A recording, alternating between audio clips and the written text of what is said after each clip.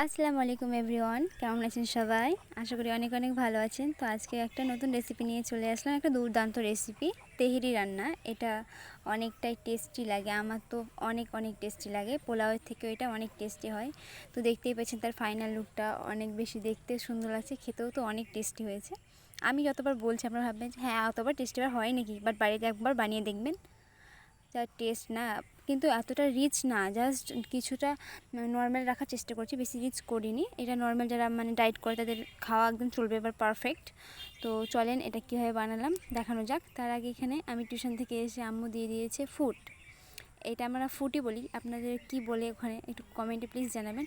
তো এগুলোকে ভালোভাবে ধুয়ে পরিষ্কার করে এরকম ভেঙে কেটে কেটে রেখে দিয়েছে, চুকাটা অটোমেটিকলি ছেড়ে যায়। সো দিয়ে দিয়েছে, এবার আমাকে থালাতে দিয়ে দিবে। এটা গুড় দিয়ে খেতে হয়, গুড় দিয়ে অনেক অনেক টেস্টি লাগে। তো এখানে আম্মু আমাকে দিয়ে দিয়েছে, এক থালাতেই খাবো তার জন্য আম্মু, আমি এত খাই না, তো আম্মু কিছুটা নেবে আমি কিছুটা নেব, তার জন্য রেখে দিয়েছে। তো চলো এটা খেয়ে কমপ্লিট করব, তারপর তখন রান্নায় যাব। আর এটা খেতে এতটা টেস্টি হয় কি বলবো, একদম ভুরভুরে টাইপের সেই লাগে খেতে। আর এদিকে দেখো আমাদের গাছের কত আম পড়েছে, মানে কি বলবো, কতটা আম, এত আম খাওয়া যায়? তো এগুলো সব খালা বাড়ি নানি বাড়ি সব যাবে ভাইয়া দিতে, তার জন্য এখানে রেখে দিয়েছে। কত আম দেখো, আর কালারটা জাস্ট ওয়াও, আর খেতেও মিষ্টি, আমাদের গাছের আম, এগুলো সব আমাদের গাছের আম। তো এদিকে খাওয়া দাওয়া কমপ্লিট করে নিয়েছি, তারপর এখানে ফ্রিজ থেকে মাংসগুলো বার করে নিব। দেখতে পাচ্ছ একদম বরফ জমে হিট হয়ে গেছে।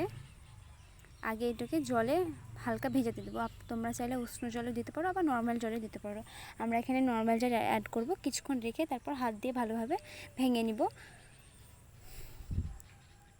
তো দেখতেই পাচ্ছ জল দিয়ে দিচ্ছি, আর ভাঙানোটা তোমাদেরকে দেখানো হয়নি, কারণ ভাঙানোটা আস্তে আস্তে ছেড়ে যাবে, তারপর একদম কেটে অলরেডি তোমাকে দেখাবো।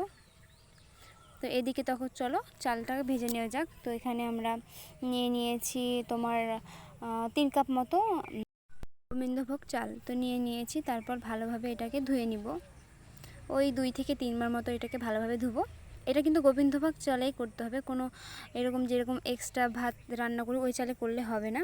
তো আমি এখানে 3 কাপ কিন্তু নিয়েছি, এটা মাথায় রাখতে হবে, যতটা কাপ আপনি নেবেন যতটা কাপ ততটা কাপে জল অ্যাড করতে হবে এখানে। তো আমি এখানে ধুয়ে নিয়ে নিয়েছি, তারপর এখানে এটাকে 8 ঘন্টা ভিজিয়ে রেখে দেবো, মানে এরকম জাস্ট কোনো জল অ্যাড করবো না, জাস্ট এভাবে ভেজানো থাকবে। এদিকে দেখো আমার মাংস কাটা এখানে প্রায় রেডি।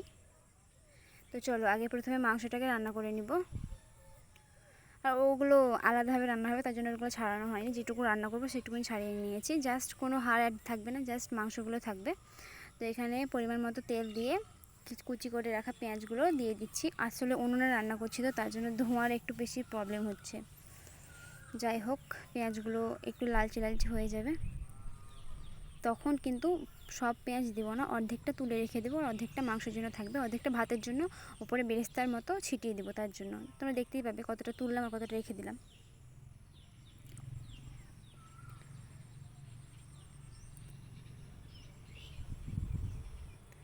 তো এখানে আমার পেঁয়াজ ভাজা কমপ্লিট, চলো এবার কিছুটা তুলে নেওয়া যাক।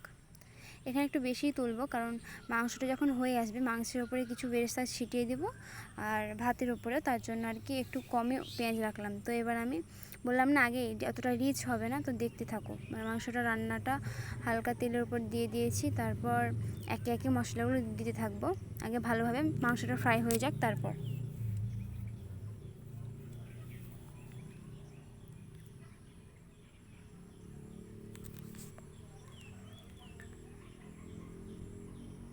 তো অনেকক্ষণ রাখার পর চলো এবার আদা রসুনের পেস্ট দিয়ে দিব, আমরা মাংসে দিয়ে দিয়েছি। তো আবারও হালকাভাবে নাড়াচাড়া করে নেব, বা তোমরা চাইলে এক এক পরপর সব মশলাগুলো দিয়ে নাড়াচাড়া করতে পারো।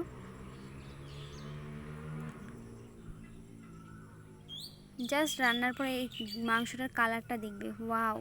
তারপর দিয়ে দিব সামান্য পরিমাণ লবণ, মানে স্বাদ মতো। তারপর দিয়ে দেব 2 চামচ ধনে গুঁড়ো। তারপর আমি এখানে অ্যাড করব 2 চামচ জিরে গুঁড়ো। তারপর এখানে 2 চামচ লঙ্কা গুঁড়ো অ্যাড করব। এখানে আমরা 2 চামচ অ্যাড করে প্রচুর ভুল করেছি, এটা তোমরা করো না, স্বাদ মতো ভেবে লঙ্কাটা দিও। একটু বেশি ঝাল হয়ে গেছিলো, আমি ঝাল অতটা খাই না, বা যারা নর্মাল ঝাল খেতে পছন্দ করো বা নর্মাল ঝাল খাও তাদের কিছু একটা সেরকম হবে না। তো আমি একদমই ঝাল খাই না, তার জন্য একটু প্রবলেম হয়েছিল। আর তারপরে শেষে দিয়ে দিয়েছি হলুদ। তো হলুদ দিয়ে দিয়েছি, তারপর ভালোভাবে এটাকে নাড়াচাড়া করে নিব।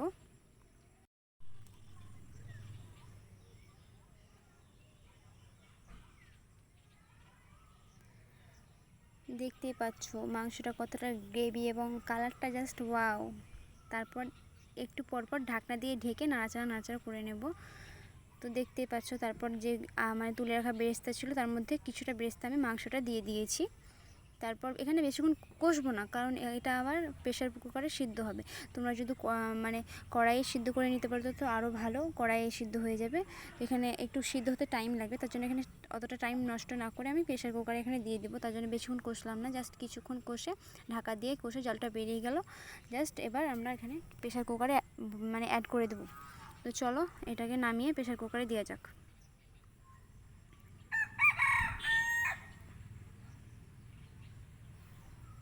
তো এখানে আমি প্রেশার কুকারে দিয়ে দিয়েছি, এবার পরিমাণ মতো জল অ্যাড করে নিব।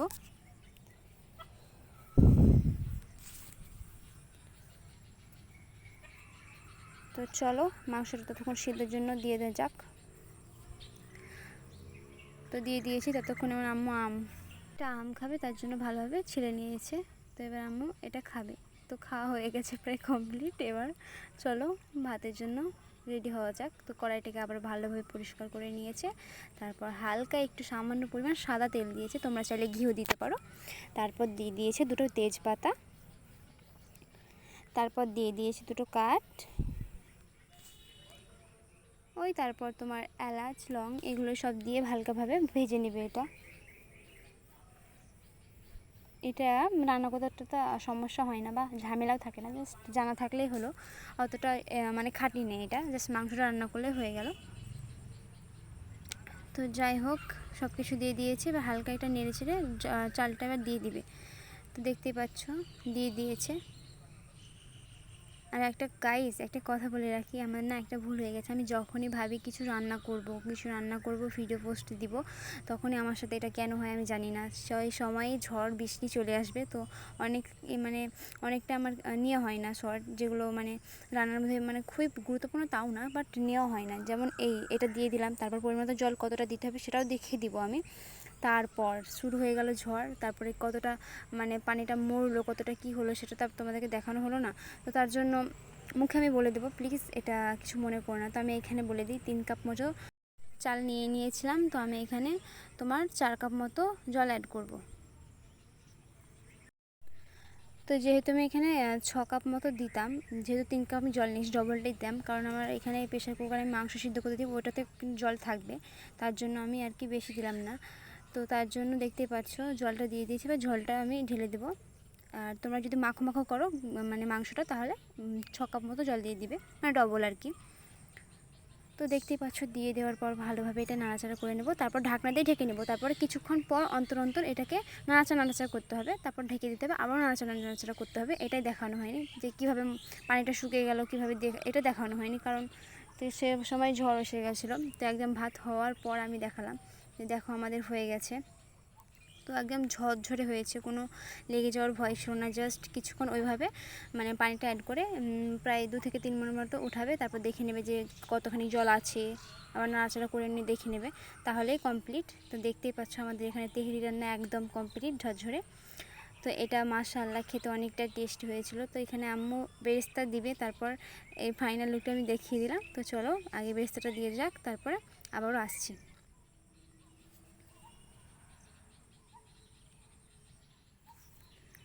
তো এখানে আমাদের বেরেস্তা দিয়ে কমপ্লিট, দেখতে পাচ্ছ কতটা সুন্দর লাগছে দেখতে তেহরিটা।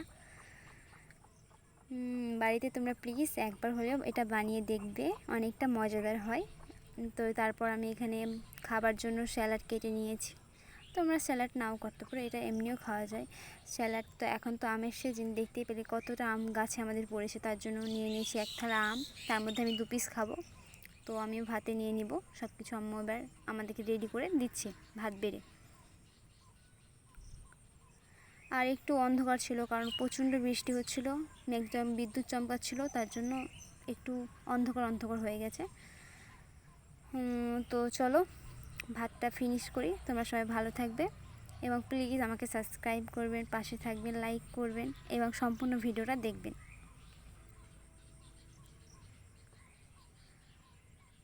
আর মাংসগুলো অনেকটাই সিদ্ধ হয়েছিল। আজকের মতো এতটুকুই। ভালো থাকবেন।